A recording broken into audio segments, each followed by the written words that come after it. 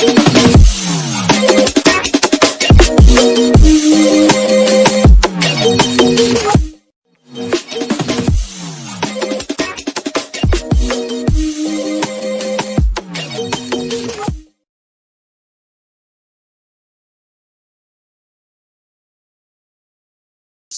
friends, how are you? Welcome to Tripanasi Center. Let's see what is our topic today. Biotechnology. What do you mean to the biotechnology?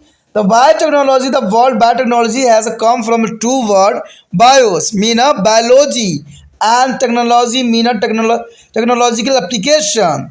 There is a bio means biology and technology means technical physical application. The biotechnology is defined as there are industry application of living organism and there are biological process such as biochemistry, microbiology and genetical engineering in order to make the best use of microorganism for a benefit of mankind. That is called biotechnology. The biotechnology only differ from biochemistry, microbiology and genetical engineering. There is a lack of microorganism for a benefit for human beings. And biotechnology apply in many areas to produce food and medicine.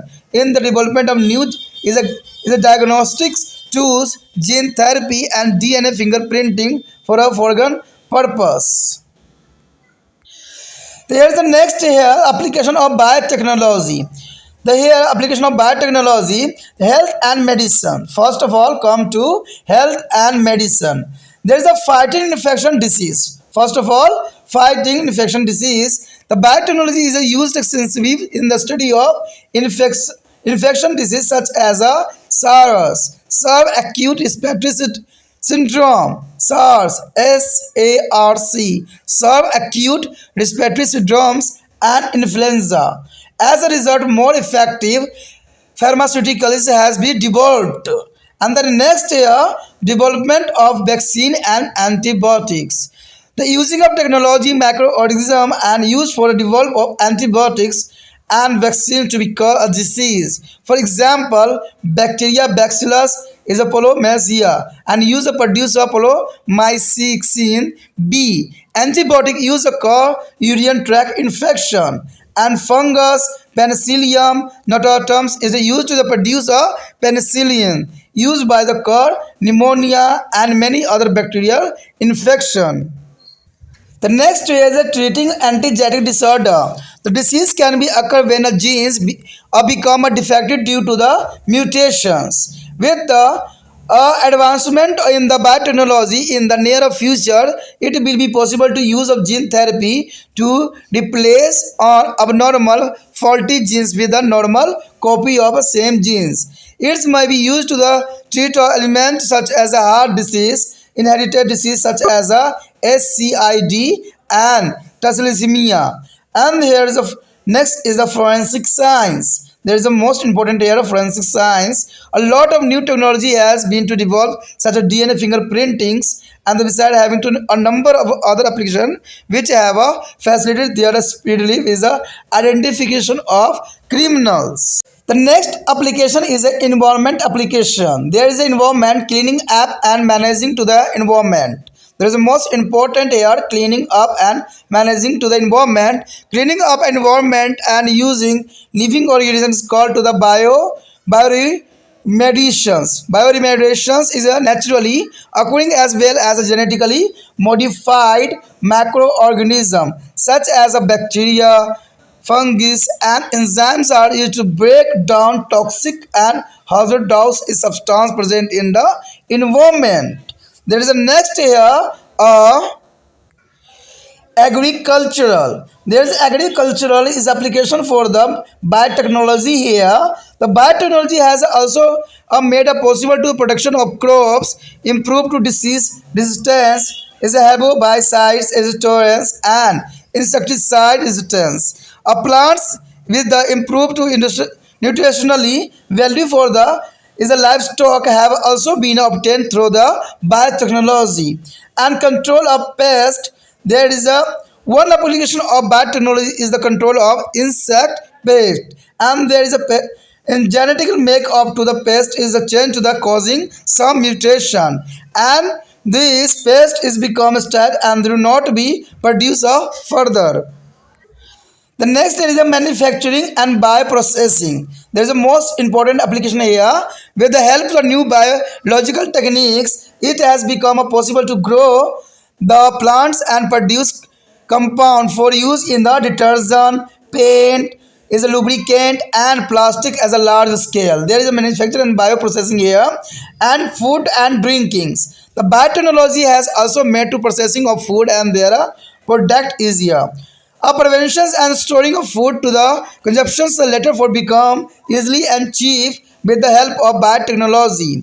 As seedless grapes and seedless citrus is the fruits has been to develop using a biotechnology. There is a most important application here. There is a next application is a industrial.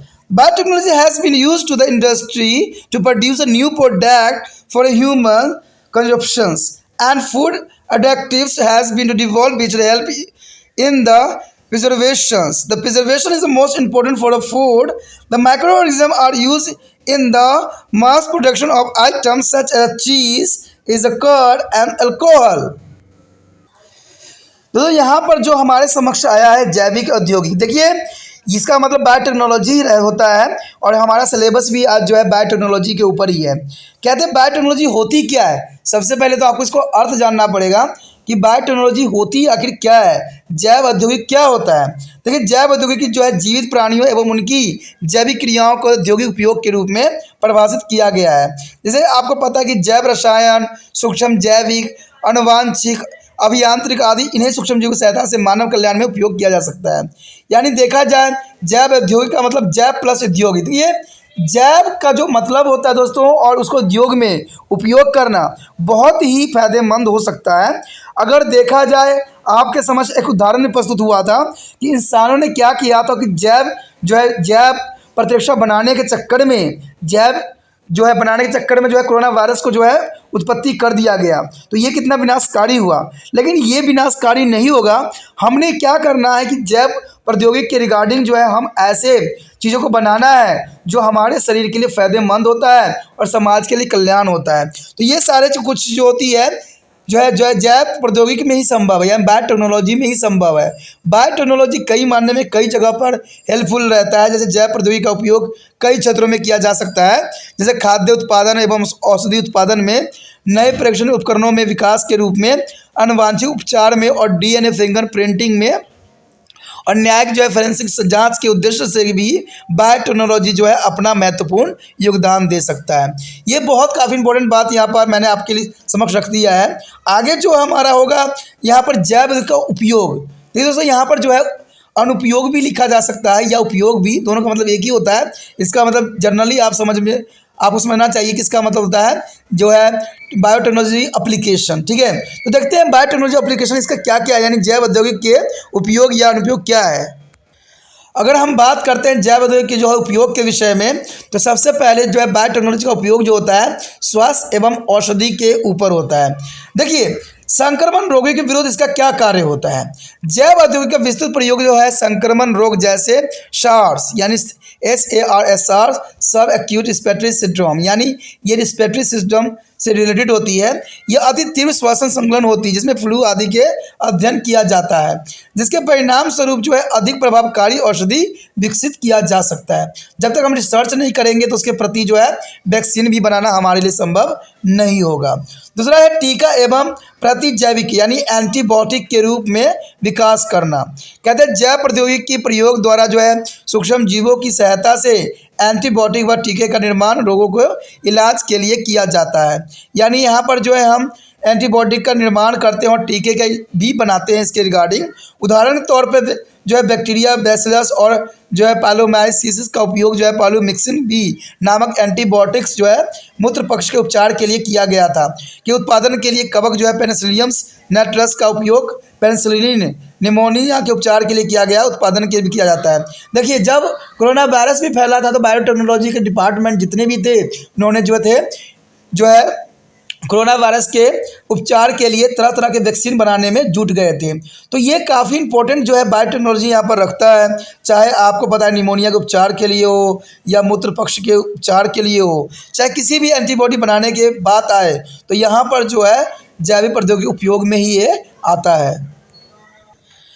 अगर हम आगे बात करें अनुवांशिक विकारों के लिए, बीमारी के उपचार के लिए जो है बायोटेक्नोलॉजी कितना हेल्पफुल है, तो आपको पता होना चाहिए कि जब जीन अनुवांशिक इकाई उत्परिवर्तन के परिणाम से विकृति हो जाती है तो रोग की उत्पत्ति होती है। यानी कभी भी कोई चीज़ विकृति हो जाती है तो उसे रोग बन जाता है। जैव औद्योगिक विकास द्वारा जो है निकट भविष्य में अनुवांशिक उपचार एक दोषपूर्ण जीन का उसी जीन की स्वास्थ्य प्रतिलिपियां द्वारा प्रतिस्थापन संभव हो सकेगा। इसका अर्थ यही हुआ दोस्तों कि जिस जीन के वजह से ये बीमारी पैदा हुआ है उसको कॉपी हम कर लेंगे और उसी प्रकार के जीन बना के जो है उसके उपचार के लिए इसका उपयोग करेंगे।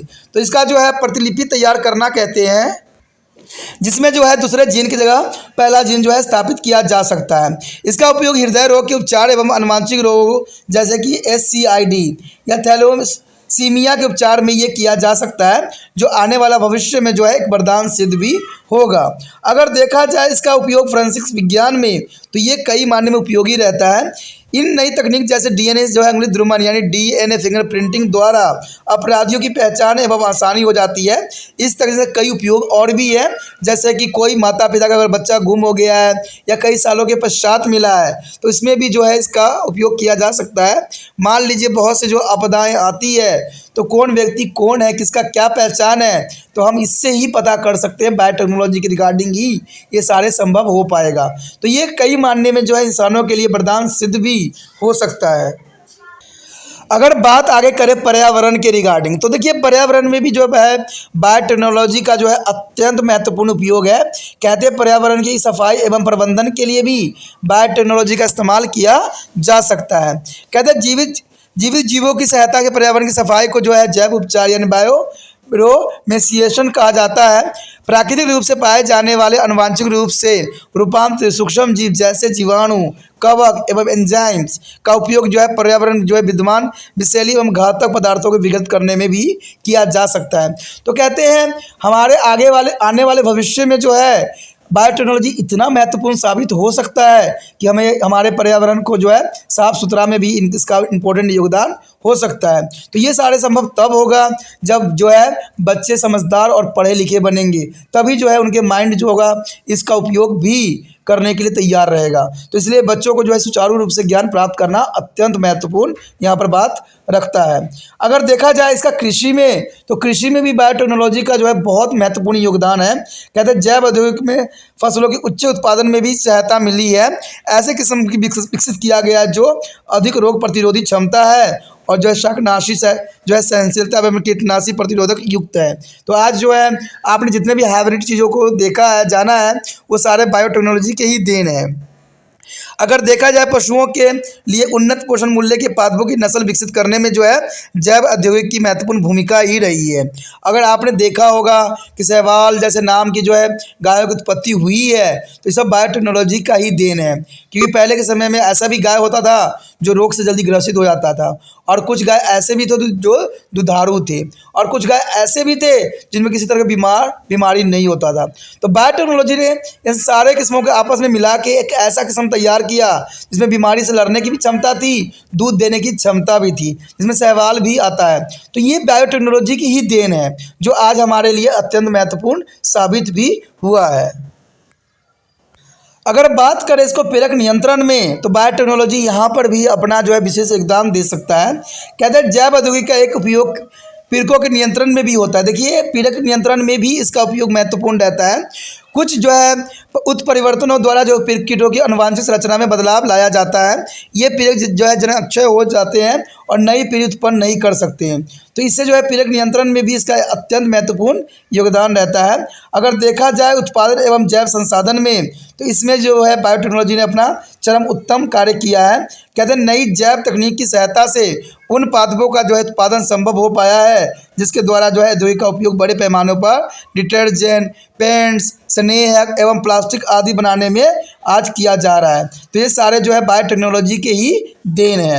अगर खाद्य एवं पेय पदार्थों में देखें तो आपको पता है कि जैव औद्योगिक की सहायता से खाद्य एवं उसके उत्पादों को जो है प्रसंस्करण जो है आसान हो गया है और देखा जाए तो खाद्य सुरक्षा संग्रहण सरल एवं सस्ता हो गया है, क्योंकि बायोटेक्नोलॉजी की रिगार्डिंग जो है कई खाद्य पदार्थ को संरक्षित भी किया जाता है, जिसमें जो है हमारे आने वाले भविष्य में इसका उपयोग कर सकते हैं, जो कि बहुत काफ़ी इंपॉर्टेंट बात यहाँ रहती है। जैव औद्योगिक की सहायता से जो है बीज रहित अंगूर एवं संतरा को फलों का विकास हो पाया है। देखिए दोस्तों, ये जो आप संतरा और जो है अंगूर का जो लुत्फ उठाते रहते हो, तो कहीं मानने में जो है बायोटेक्नोलॉजी के ही देन है, क्योंकि अगर बायोटेक्नोलॉजी शायद नहीं होता तो इसका जो है बीज का विकास या इसके पेड़ों का विकास करना संभव नहीं था, क्योंकि इसने जो था बीज देने की क्षमता पहले ही खो चुका था। तो इसको बायोटेक्नोलॉजी ने ही इसको बचा के आज हमारे समक्ष इसको प्रस्तुत कर दिया है, तभी हम जो है अंगूर और जो है संतरे का जो है बड़ी ही जो है प्यार नाल के साथ खाते हैं। तो ये जो है बहुत काफ़ी इंपॉर्टेंट बात यहाँ पर रखता है। अगर बात यहाँ पर करें उद्योग में, तो उद्योग में भी जो है बायोटेक्नोलॉजी ने अपने चरम सीमा को प्राप्त किया है। कहते हैं मानव उपयोग के लिए उद्योगों में जो है जैव औद्योगिक प्रयोग से नए उत्पाद पैदा किए जा सकते हैं। खाद्य पदार्थों के विकास में भोज्य परीक्षण में सहायता भी मिली है। पनीर हो, दही हो, अल्कोहल हो आदि के जो है व्यापक पैमानों पर उत्पादन में सूक्ष्म जीवों का उपयोग किया जाता है। तो ये सारे जो है बायोटेक्नोलॉजी के ही देन है। The our next topic is industry microorganism and their industry product. There is a most important topic here, industry microorganism and their industrial product. There is important microorganism used in industry include yeast, is the mules and the bacteria, filamentous bacteria, actomycetes and microbe are used in the manufacture of several products. Some of these are alcohol containing sewage and protein, vitamin, steroids, enzymes, yakuts, antibiotic and monoclonal antibody and biogas. Here one important thing here, the progress is a gene is a manipulations and genetic engineering has introduced the use of culture is a mammalian cell and the Habrodomus as the industries. The Habrodomus was created by fusion of cell belonging to organism and different species. The next topic is the production of alcohol. Here is the containing and behaviors and here is the fermentation. The fermentation is a process by which a carbohydrate such as sugar are converted into the alcohol. There is a sugars are converted into the alcohol. The first is the glucose and there is present of yeast enzyme ethyl alcohol plus carbon dioxide plus ATP. The it is a capable for fermentation sugar of alcohol and fermentation is an energy adding process. In the mid 19th century, the Louis Pasteur and should be a fermentation by their yeast, Saccharomyces exclusive your beer and the buttermilk. A present yeast is began used on the large scale of Varese and the bakery. There is a most important research for the Louis Pasteur and the bakery uses yeast leavens arise dough to the make of bread. The yeast is also grow on the molasses and the packer and the soil. It is used to the rise of cake and the bread will as be baking. And colic is a various of manufacturing and fermentation of sugar by the yeast. As Saccharomyces scrub it is called is variable is the source of carbohydrate and promoted by the yeast gives the beverage it is a specific flavor. For example, there are so this here a diagram. There is a gas processing, elimination of contaminant and the addition of desired organism and fertilization, yeast addition, fermentation, and alcohol production from a sugar, accessories. There is a main processing here. And the information behind the obtained for fermentation of grapes. The vines obtained from the fermentation of grapes. Grapes are fermented by the S cerevisiae and the soluble sugar, glucose and fructose are converted into the carbon dioxide and ethyl alcohol. And the fermentation is carried out of large tanks called the bioreactors. The various malt is fermented by the yards beer. The show in this diagram there is most important axis of yeast removal as in and development of final vine is related here. And the next is a step taken for fermentation. Here show the step take of fermentation. The fermenters of tank and the nutrient mediums are utilized by their steam under pressure is the autoclave. And the correct strain of the yeast is selected. The yeast is inoculated into the mediums, and inoculations can be done in the two way. The first year, yeast can be grow as a layer on the surface of nutrient mediums, and this is called to support growth system. And second is a cell or is a mycelium are suspended to the liquid medium. This is called to the suspended growth system. And next step is the care is taken to maintain to the right temperature, pH, oxygen and carbon dioxide concentration. The medium is a stir and the left of ferment. The sugar is the medium get fermented by enzyme released by yeast. The fermented product is taken out. And here some alcohols manufactured by yeast fermentations are ethyl alcohol, but is a butanol and glycerol. The same method is also is a lactic acid and acetic acid. There is a lactic acid and acetic acid is a vinegars by using of specific bacteria. The yeast extract is a left after removal of the is B race can be used to the animal feeds, and it is also rich of source of vitamins. तो यहाँ पर अगर बात हम करें औद्योगिक सूक्ष्म जीव और उनके औद्योगिक उत्पाद के विषय में, तो इसमें कोई बुराई नहीं है कि उद्योग में उपयुक्त महत्वपूर्ण जो है सूक्ष्म जीव निम्न तो है। कहते हैं इसमें खमीर की बात किया जाए, कवक, फफूंदी की बात किया जाए, जीवाणु की बात किया जाए, तत्व में जीवाणु जैसे जो है एक्टिनोमाइसेटिस की बात किया जाए, तो ये सारे के सारे जो होते हैं औद्योगिक पर्पस के लिए यूज़ किया जाता है। कहते हैं अनेक उत्पाद के निर्माण में जो है सूक्ष्म जीवाणु जो है माइक्रोबोग का उपयोग किया जाता है। इसमें कुछ जो है यहाँ पर आपके समक्ष प्रस्तुत है, जैसे कि होगा अल्कोहल युक्त पेय हो गया, चाहे वो दही हो, ठीक है, योगहट हो या प्रोटीन हो, प्रतिजैविक हो या क्लोरनेंस हो, ठीक है, या विटामिन स्टेरॉइड्स और एंजाइम बायोगैस हो, ये सारे के सारे जो होते हैं इसी उत्पाद बायोटेक्नोलॉजी के थ्रू ही जो है उत्पादन करने के लिए सक्षम बनाया जाता है। अगर बात करें यहाँ पर एक इम्पोर्टेंट फैक्ट की, तो कहते हैं जीन जो है परिचालन एवं आनुवांशिक अभियांत्रिक जीन इंजीनियरिंग में हुए विकास के परिणाम स्वरूप जो है सर्वाधिक स्तनधारी जीव कोशिका एवं जो हाइब्रिडोमों को समावेश उद्योग में हुआ है। कहते हैं हाइब्रिडोमोस विभिन्न प्रजातियों के जीवों की कोशिकाओं के संलग्न के परिणाम स्वरूप ही उत्पन्न हुआ है। तो ये तो बात बहुत इंपॉर्टेंट है कि आज बहुत से जीव जंतु के उत्पादन भी जो हुआ है वो बायोटेक्नोलॉजी की ही देन है। तो ये काफ़ी इंपॉर्टेंट बात यहाँ पर है। अगर हम बात करें यहाँ अल्कोहल युक्त पेय पदार्थों के उत्पादन में, तो आपको पता है इसमें बायोटेक्नोलॉजी जो है सूक्ष्म जीव का उपयोग किया जाता है। केवल वह प्रक्रिया जिसके परिणाम स्वरूप जो है कार्बोहाइड्रेट जैसे शर्करा अल्कोहल में बदल जाता है। कीवन का मतलब ही होता है कोई पदार्थ को गलाना, सराना। अगर मान लीजिए अगर हम अंगूर को सराते गलाते हैं, चाहे आप जो कहते हैं गुड़ को सराते हो, तो इससे जो है अल्कोहल पैदा होती है, अल्कोहल बनती है। केवल वह ठीक है, इसमें जो है ग्लूकोज, खमीर, इंजाइम, एथिल अल्कोहल और कार्बन डाइऑक्साइड और एटीपी एनर्जी रिलीज करेगा। खमीर शर्करा और अल्कोहल में Q1 करने में सक्षम है। Q1 एक ऊर्जा उत्पादन करने वाली प्रक्रिया है। अगर हम बात करें 19वीं शताब्दी के मध्य में, तो लुईस पास्चर जो थे बहुत बड़े साइंटिस्ट थे, जिसको माइक्रो और बायोलॉजी के फादर भी कहा जाता है। उन्होंने जो है पैट्रिक डिक्स पे जो है अगार में ये सारी एक्सपेरिमेंट करके दिखाया था। तो लुईस पास्चर जो है बहुत काफ़ी इंपॉर्टेंट साइंटिस्ट माने जाते हैं माइक्रो ऑर्गेनिज्म के लिए। ये उन्होंने दर्शाया था कि खमीर जो है सैक्रोमाइसीज जो है सर्विसेज द्वारा Q1 के परिणाम से बियर और छाछ पैदा होती है। तो ये जो है लुईस पास्चर ने साफ शब्दों में इसको बताया था। और वर्तमान समय में खमीर पर जो है बड़े पैमानों पर Q1 के लिए जो है मात्र मिसाल यानी ओसवनी और बेकरी जो है पाव, रोटी और बिस्कुट आदि के निर्माण जो है शाला में इसका जो है महत्वपूर्ण योगदान रखता है। खमीर के जो प्रयोग से आटे में खमीर उठाया जाता है। आपने देखा होगा कि आटे को कुछ समय अगर गूंद के रख दिया जाए तो वो काले पड़ जाते हैं, ब्राउन होने लग जाते हैं। तो इसका मतलब है कि उसमें खमीर जो है ग्रोथ कर रहा है, जिससे ब्रेड बनता है। ठीक है, शीशे से और कहते हैं सिरे से जो उत्पन्न खमीर जो है पैक करके बेचा भी जाता है। खमीर ईस्ट केक एवं ब्रेड बनाने में भी काफ़ी महत्वपूर्ण योगदान देता है, क्योंकि इनका प्रयोग जो होता है फुलाने के लिए यूज़ किया जाता है। अगर यहाँ पर आप डायग्राम भी देखोगे तो उसमें भी जो है इसी प्रक्रिया को दर्शाया गया है कि कैसे जो है अल्कोहल बनती है और कैसे जो है अल्कोहल का उत्पादन होता है।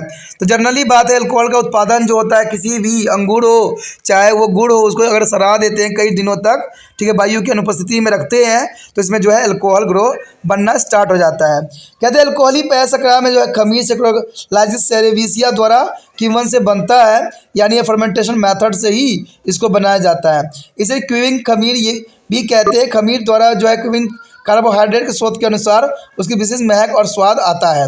कहते हैं अंगूर शराब, अगर देखा जाए अंगूरी शराब जो है अंगूरों के कीवन से ही प्राप्त होती है। अंगूरों का कीवन जो है सेक्रोमाइसेज सेरेबियस द्वारा प्राप्त होती है और इसकी घुलनशील शर्करा जो है ग्लूकोज एवं फिक्टोज कार्बन डाइऑक्साइड यानी CO2 एमेथिल अल्कोहल में परिवर्तन कर देता है।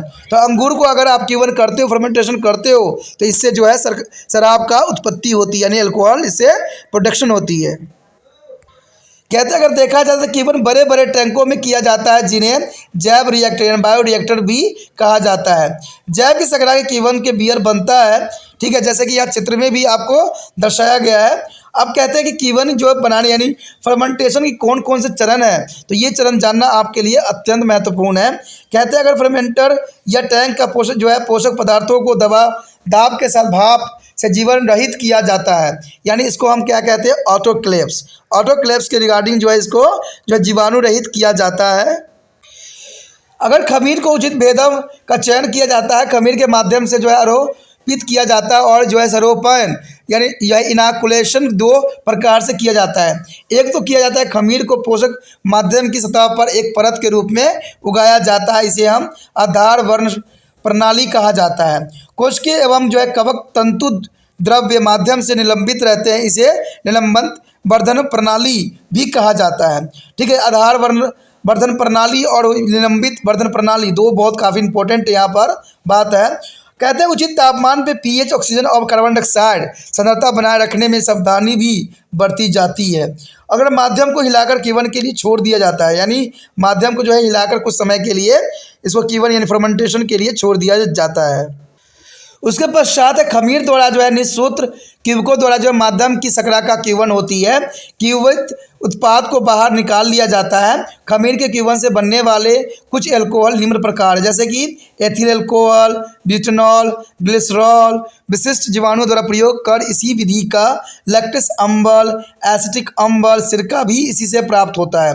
तो आप समझ सकते हो कि माइक्रो ऑर्गेनिजम्स का कितना उपयोग होता है और ये सारे कार्य जो है बायोटेक्नोलॉजी के द्वारा ही संभव हो पाया है।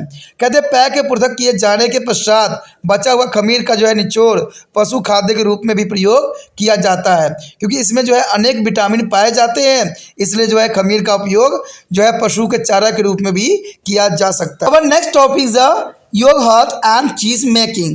The yogurt is mean to the curd and the cheese making here. And the next topic, at the home be a bite of yogurt to be milk to the set. There is the milk become yogurt to curd due to the milk curding enzyme released by the increasing of population of bacteria. The bacteria as a lactobacillus. The lactobacillus present in the curd, present in the starter. There is a table on a commercial scale making of yogurt as well as a cheese utilized. Is a net is a tablet for their purpose. A renise is the milk curdling of enzyme obtained from to the calf stomach. There is a calf stomach, and however this is a method is a popular anymore. Whether it be bacteria or the onions, when milk of the curdled milk is a protein cases is the separated from to the liquid which is called lines. The lactobacillus convert to the lactose into the milk into lactic acid, which is lower to the pH. The lower pH is a cases as a soiling, which is the assembly for a preservation. Here the butter can be made by the voluntarily shaking, carrings and the shore milk. The fat is a globe whereas is a separate and from a butter. A start to the culture of Streptococcus ceremosis and the lactonoxtox is added to the milk when the butter, yogurt and cheese are made. So here show the fermenting of macrobios used for the dairy product. Here is a fermenting of product and fermenting of microorganisms and depressions. The yogurt is a Streptococcus, is a Thermophilus, and the Lactobacillus is a Bulgaria. And the descriptions here product made from a low and no fat milk or stabilizer like a added. And butter is a is a lactococcus is elastics. The cream is incubated till of the desired acidity is achieved of flowing by the charrings and the washing and the salting. The next is the microorganism and antibiotics. In 1928, Alexander Fleming accidentally discovered that is a microorganism can inhibit the growth of another organism. Salmonella is a Weltzman in 1942 is a coin the terms of antibiotics. Antibiotics means anti means purpose to the biotic means a living organism. There is a discover for Alexander Fleming is a accidentally for a microorganism. The antibiotic is a substance produced by the microorganisms such as bacteria, fungus, and which encourages to the growth of another microorganism. And antibiotics are generally small molecules with a molecular weight less than 2000 dar, and they are not enzyme that antibiotic interfere with their vital metabolic process of pathogenic bacterium and prevent its growth of reproduction. The next here is a well spectrum and the non spectrum antibiotics. Is the modern medicines have found a specific antibiotic for almost every different pathogens. The pathogens are most important here. Streptomyces is a bacterium. Yet some of the most widely used of antibiotic like chloromophonocol, erythromycin, tetralynes, etc. And this is called the septum antibiotics. The board septum is antibiotics and can be used against the more than one kind of pathogenic bacterium. Septomyces and penicillia is a narrow septum antibiotics used against a few pathogenic bacteria. And there is a next is a drawback of antibiotics. The use of antibiotics was a big step is occurring infections disease which is offered to the safe, sure and the relative expensive car. But even now we find many people suffering from bacterial disease. This reason for this are some people are allergic and particularly antibiotic. Some diseases are causing bacteria undergoes to the mutation and become resistant to a particular antibiotic to which they are sensitive earlier. And source of antibiotics here, some of common antibiotics and their source organism are given table. The here show the table major antibiotic and their source.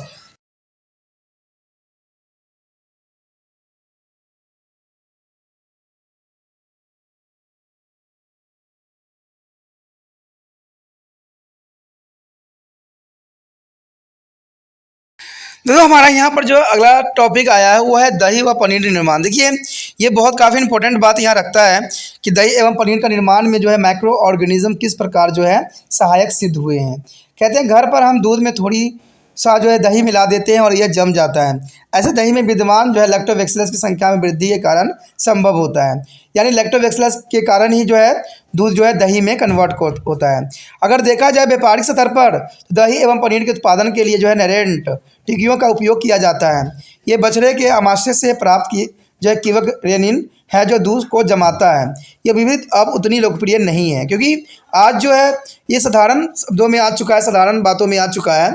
कहते हैं अगर bacteria जीवाणु और rennin दोनों से किसी की भी द्वारा जब दूध का दही बनता है तो द्रव्य से दूध जो है प्रोटीन कैसीन अलग हो जाता है और बचे हुए द्रव्य को जो है तोड़ पानी यानी वेल्स कहते हैं। और लैक्टोबैसिलस दूध में विद्यमान जो है लैक्टोज को लैक्टिकल अम्ल में परिवर्तन कर देता है जिससे जो है पीएच कम हो जाता है और कम पीएच को जो है खट्टापन उत्पन्न होता है जो है परीक्षण के लिए अत्यंत महत्वपूर्ण साबित होता है।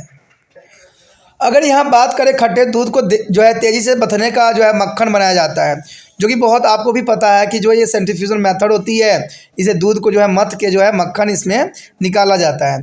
कहते हैं बासा गोलकी और अलग होकर मक्खन बनाती है। जब मक्खन दही व पनीर बनाए जाते हैं तब एक प्रवर्धक संवर्धन यानी जीवाणु समूह जो है स्टोकैरियोकस क्रोमोसिस यानी ल्यूकोस्टोसिस के दूध में मिला दिया जाता है। ठीक है, तो ये काफ़ी इंपॉर्टेंट बात यहाँ पर है। अगर देखा जाए दूध उत्पादन के लिए उपयुक्त कीवन जीवाणु किस प्रकार कार्य करते हैं तो ये टेबल में आपको समझ में आ जाएगा।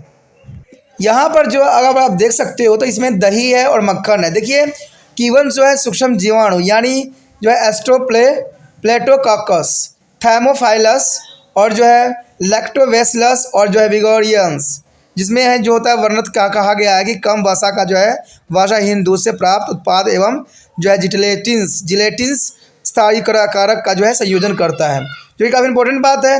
अगर बात करें मक्खन का, तो मक्खन जो होता है लैक्टिकस के रूप में विद्वान होता है, यानी सूक्ष्म जीवाणु होते हैं। अगर देखा जाए मलाई को एक अन्य जो है इनवोल्यूटेस वंचनीय गर्माहट करना पड़ता है जब तक वो इंद्रित अम्लता प्राप्त नहीं हो जाता। तब उपरांत जो है मलाई को मथ लिया जाता है और धोया जाता है और इसमें जो है नमक मिला दिया जाता है। तो ये जो है काफ़ी इंपॉर्टेंट है कि दूध उत्पादन के लिए उपयोग जो है केवल जीवाणु किस प्रकार हमारे लिए फ़ायदेमंद है। अगर यहाँ बात करें सूक्ष्म जीव एवं जो है प्रतिजैविक की, तो ये बात तो क्लियर हो चुका है कि आपको पता है कि 1928 में जो है अलेक्जेंडर फ्लेमिंग ने संयोग से ये खोज किया कि एक सूक्ष्म जीवाणु दूसरे सूक्ष्म जीवाणुओं की वृद्धि को रोक सकता है। तो ये एक्सीडेंटली ये खोज हुई, जो कि बहुत ही विशिष्ट बात थी। अगर बात करें मार्शल्स वक्समैन में, तो 1942 में जो है बायोटेकिक एंट्री प्रतिजैविक शब्द का प्रयोग किया गया था। इसका मतलब था एंट्री प्रति विरुद्ध बायोटिक्स जीवित जीवाणु प्रणाली। इसका मतलब यही होता है कि प्रतिजैविक जो है एंटीबायोटिक्स सूक्ष्म जीवों जैसे कि जीवाणु एवं कवक द्वारा उत्पन्न किया गया पदार्थ है जो दूसरे सूक्ष्म जीवों को वृद्धि को रोकता है। यानी ये बात काफ़ी इंपॉर्टेंट बात डिस्कवर की गई थी जो अलेक्जेंडर फ्लेमिंग के द्वारा की गई थी। ठीक है, बेसिकली एक्सीडेंटली ये खोज हुई, लेकिन बहुत काफ़ी जो है मैक्रो ऑर्गेनिजम्स में ये अपना और महत्वपूर्ण योगदान दिया। कहते हैं बायोटेक्नोलॉजी इसी में काफ़ी हद तक आधारित हो गई। एंटीबायोटिक सामान्यतः छोटे अणु होते हैं जिनका अणुभार 200 डाल्टन्स के कम होता है, और ये केवल नहीं है। कहते हैं एंटीबायोटिक जो है रोगजनक जीवाणुओं के प्रमुख उपचारिक प्रक्रिया के साथ जो है व्यक्तिकरण करता है और इसकी वृद्धि और जनन को भी रोकता है, जो कि काफ़ी इंपॉर्टेंट बात यहाँ है। अगर बात करें व्यापक और सीमित प्रयोग करने वाले जो है एंटीबायोटिक की, तो यहाँ पर स्पेक्ट्रम के रूप में होती है। यहाँ पर बात आती है कि आधुनिक औषधि में लगभग सभी विभिन्न प्रकार के जो है रोगजनकों के लिए एक एंटीबायोटिक की खोज की जा चुकी है। कहते हैं स्ट्रोमाइसिस जीवाणु से कुछ सर्वाधिक व्यापक रूप से प्रयुक्त एंटीबायोटिक जैसे क्लोरोफेनिकॉस, एरिथ्रोमाइसिन, टेट्रासाइक्लिन आदि प्राप्त होते हैं। कहते हैं इन्हें व्यापक स्पेक्ट्रम एंटीबायोटिक्स यानी ब्रॉड स्पेक्ट्रम एंटीबायोटिक कहा जाता है। यानी हम इसको ब्रॉड स्पेक्ट्रम एंटीबायोटिक्स कहते हैं, और इसे एक से अधिक प्रकार के रोगजनक के जीवाणुओं के विरुद्ध प्रयोग भी किया जा सकता है, जो कि काफ़ी इंपॉर्टेंट बात यहाँ पर है। अगर देखा जाए एस्ट्रोप्लेटोमाइसिन की एवं पेनिसिलिन की, तो सक्रिय स्पेक्ट्रम यानी एंटीबायोटिक नैरो स्पेक्ट्रम एंटीबायोटिक है, और इन्हें जो है सीमित रोगजनक जीवाणुओं के विरुद्ध भी प्रयोग किया जा सकता है। बात करें अगर एंटीबायोटिक की कमियों की, तो यहाँ पर एक बात तो क्लियर हो जाता है कि एंटीबायोटिक का प्रयोग संक्रमण रोगों के इलाज में एक बड़ा ही कदम था। सुरक्षित, निश्चित एवं अपेक्षाकृत जो है सस्ता इलाज, लेकिन आज भी कई लोग जीवाणुओं के संक्रमण के रूपन होते पाए जाते हैं, और इसके निम्न कारण हैं। कहते हैं कुछ लोग एक विशेष एंटीबायोटिक के लिए संवेदनशील होते हैं, और कुछ रोग उत्पन्न करने वाले जीवाणु उत्पन्न के पश्चात एक विशेष एंटीबायोटिक के जो है प्रतिरोधी हो जाते हैं, जिसके लिए ये पहले संवेदनशील थे। यानी ये बात काफ़ी इंपॉर्टेंट आ जाता है कि एंटीबायोटिक की कुछ कमियां भी यहाँ पर बायोटेक्नोलॉजी में ढूंढा गया है। कुछ लोग एक विशेष एंटीबायोटिक के लिए अति संवेदनशील होती है, जो कि काफ़ी इंपॉर्टेंट बात है, और कई जो होते हैं संवेदनशील नहीं होती है, तो ये भी बात इंपॉर्टेंट है। कहते हैं एंटीबायोटिक के अब सूत्र की बात किया जाए। अगर यहाँ बात करें एंटीबायोटिक के और उनके सूत्र के विषय में, तो आपके समक्ष एक टेबल प्रस्तुत हुआ है जिसमें आप देख सकते हो कि एंटीबायोटिक के समूह है और इसके सूत्र है। अगर देखा जाए टेट्रासाइक्लिन की बात, तो इसमें जो है सेट्रोप्लेटोमाइसिन प्रजाति पाई जाती है। अगर बात करें क्लोरोटेट्रासाइक्लिन की, तो इसमें जो है एस्ट्रोप्लेटोमाइसिस आर्यूफेसिन्स पाया जाता है। कहते हैं अगर बात करें एंटीबायोटिक समूह के क्लोरामफेनिकोल की, तो इसमें जो है एस वेनोजुलाई पाई जाती है। अगर साइक्लोहेक्सीमाइस की बात करें, तो इसमें जो है एस ग्रीसियस पाया जाता है। अगर बात करें यहाँ पर जो है सेफलोस्पेरिन की, तो इसमें जो है सेफलोस्पेरिलियम्स यानी एक्रोमोनियम्स पाया जाता है। अगर पेनिसिलिन की बात करें, तो पेनिसिलियम जो है क्राइसोनेजम जो है क्राइसोनेजेनम्स में पाया जाता है। तो ये नाम थोड़ा डिफ़िकल्ट है, लेकिन ये इंपॉर्टेंट है क्योंकि एंटीबायोटिक है और इसके सूत्र हैं, जो कि बहुत काफ़ी यहाँ पर इंपॉर्टेंट बात रखता है। Now, our next topic is vaccination. The vaccination is the most important here. In 1790, his Edward Jenner observed to the milkmaid did not be get a smallpox as they were exposed to the mildew disease is cowpox. Jenner infected a boy with the cowpox or germs and there after 2 months with the smallpox germ. The boy did not be get a smallpox. Jenner is a proposed that if the melt of the altitude of the beacon germs were introduced into the body, they would be not be causes of disease. He gave the term of vaccine, Latin word vacca, means cow or vaccinations, for the weekend of germs and protective the inoculations. There is the most important here, inoculations, and today the principle of vaccination has been to extended to be prevent attack of many disease. When vaccines are made from to attenuated disease as a causing of bacteria, they are termed as a first generation vaccine. The second generation vaccines has been to produced by the genetical engineering and recombinant DNA technology, about which you shall as a study in the next section. And there are second generation vaccine for a hepatitis B virus and herpesvirus are already in use. Vaccine synthesis from the chemical is called third generation vaccine. The next here is the production of the vitamins. There is the most important here. Vitamins are nutrients requires a very small amount for the essential metabolic reaction in the body. They are produced using to the biotechnology. Vitamin C was the first vitamin to be produced during to the fermentation process by using of bacteria. B12 is a cyanobacterium and B2 is a riboflavins where it is obtained from the liver extract.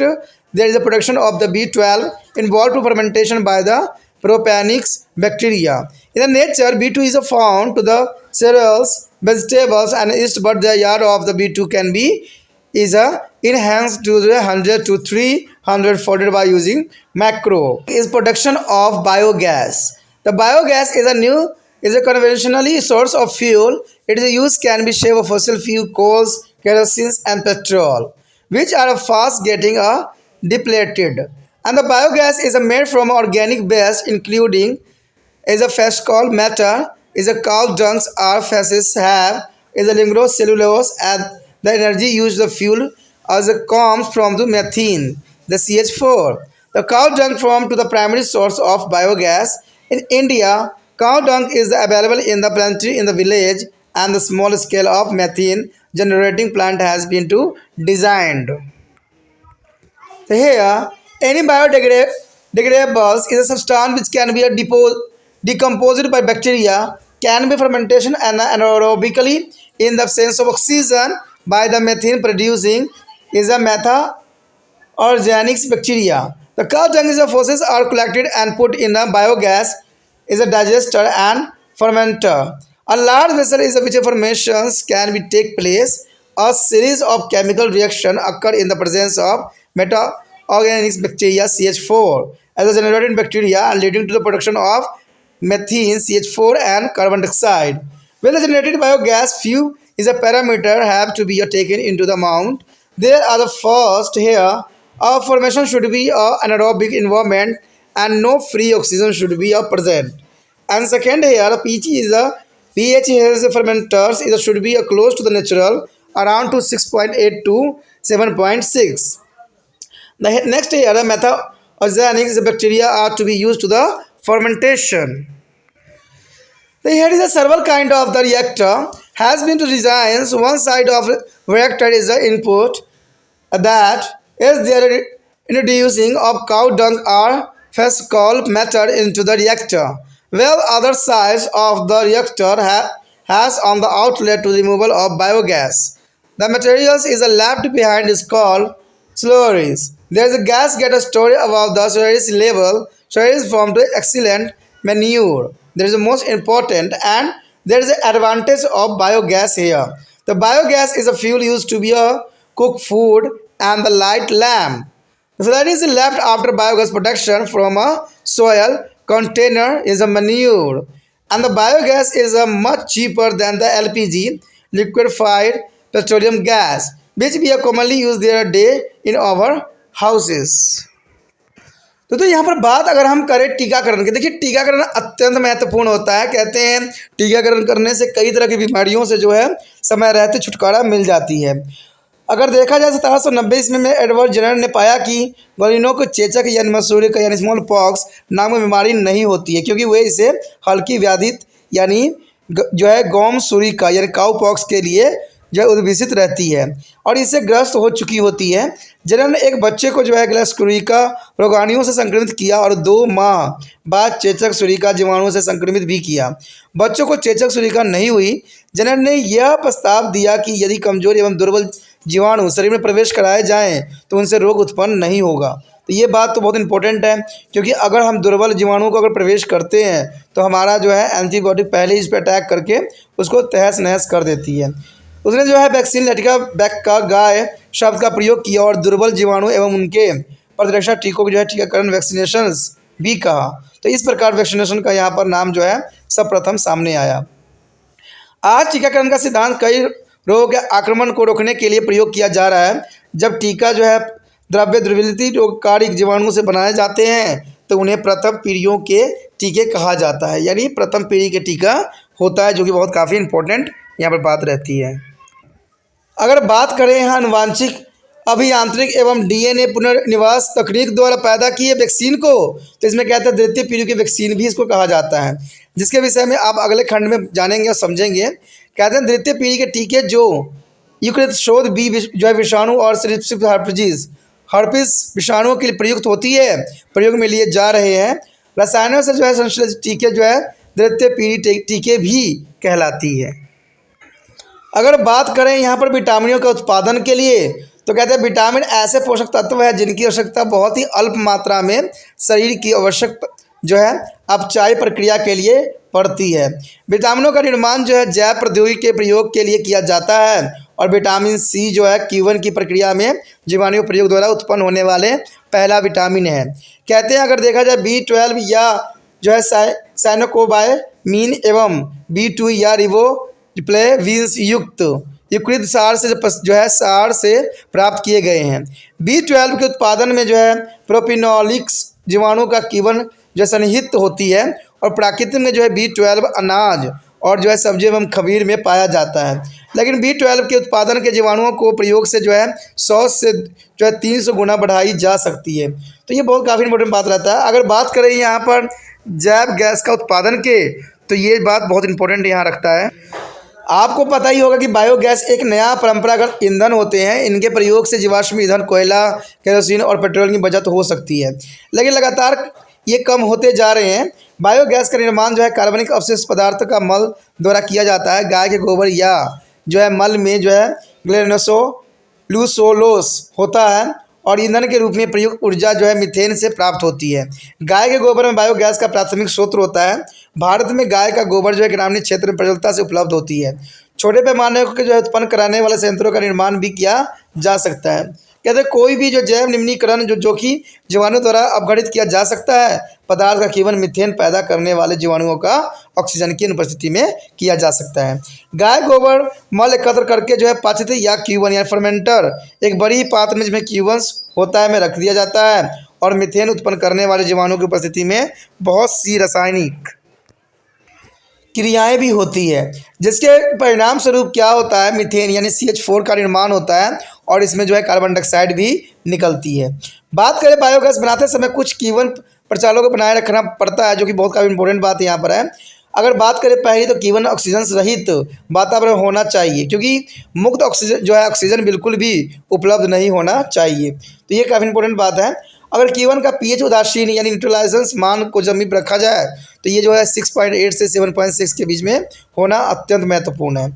अगर Q1 के लिए methane जनक जीवाणु का उपयोग किया जाना चाहिए, तो ये काफ़ी इंपॉर्टेंट बात यहाँ है कि जो है इसका कई बायोगैस बनाते समय कुछ जो है प्रचालों को बनाए रखना अत्यंत महत्वपूर्ण है। अगर रिएक्टर की बात करें तो रिएक्टर के अनेक प्रकार जो है प्रतिरूपी तैयार किए जा चुके हैं। रिएक्टर का एक सिरा निवेश के लिए अथवा रिएक्टर में गाय का गोबर का मल पदार्थ प्रवेश कराने के लिए होती है। रिएक्टर का दूसरा सिरा जो होता है बायोगैस के निकालने के लिए क्या होता है और बचे भाग को जो है कर्दम यानी स्लरी कहते हैं। गैस कदम को जो है ऊपरी तरल पर इकट्ठा हो जाता है और कदम एक बहुत ही उत्तम खाद है, यानी ये बहुत अच्छा मैन्योर होती है और ये कृषि के लिए जो है काफ़ी आदर्श के रूप में उपयोग किया जा सकता है। अगर यहाँ बात करें बायोगैस के लाभ की, तो देखिए बायोगैस खाना पकाने व लैंप जलाने आदि में उपयोग किया जाता है। बायोगैस के निर्माण के बाद बचा जो है कदम मूत्र यानी अनुकूलम खाद बनता है, यानी मैन्यूर बन जाता है, जो कि कृषि के लिए अत्यंत महत्वपूर्ण होता है और किसी प्रकार के पोल्यूशन भी नहीं फैलता है। बायोगैस जो है द्रवी युक्त पेट्रोलियम गैस से भी सस्ती होती है, तो ये कई मायने में आने वाला समय में ये भविष्य में ये बहुत बड़ा जो है अपना कार्य सिद्ध कर सकता है।